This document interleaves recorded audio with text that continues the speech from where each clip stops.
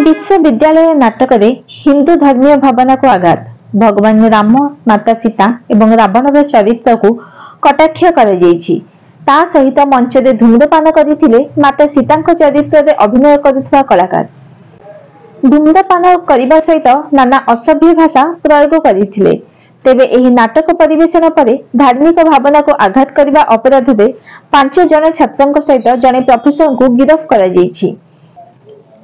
महाराष्ट्र सावित्रीबाई फुले पुणे विश्वविद्यालय में नाटक आयोजित होता अनेक आपत्तिजनक दृश्य और संलाप देखा मिलूँ।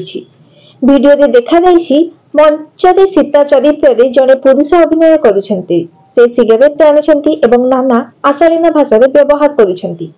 गत शुक्रवार राति में नाटक परिवेशन होता जार वीडियो एवं सोशल मीडिया रे बेस भाइराल होबारे लागिछि। एहा परे नाटक रे एभली विवादीय दृश्य देखि एबीवीपी छात्र माने एहाको विरोध करिथिले। पुणे विश्वविद्यालय ललित केंद्र छात्र एवं एबीवीपी छात्रक मध्य संघर्ष घटिथिला जहा परे घटनार खबर पुलिस पाइथिला।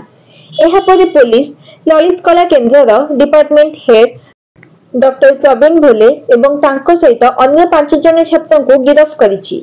एही घटना रे अधिक छानबीन करा जाउछि। हिंदू संप्रदाय लोके प्रभु श्री राम और माता सीता चरित्र को निजर आदर्श भाव मानती। एही कदर्थ नाटक परिवेशन द्वारा सारा देश में लोकों मन में असंतोष देखा देइछि। तेणु दोषी विरुद्ध में कठोर कार्यानुष्ठान दाबी करा जाइछि।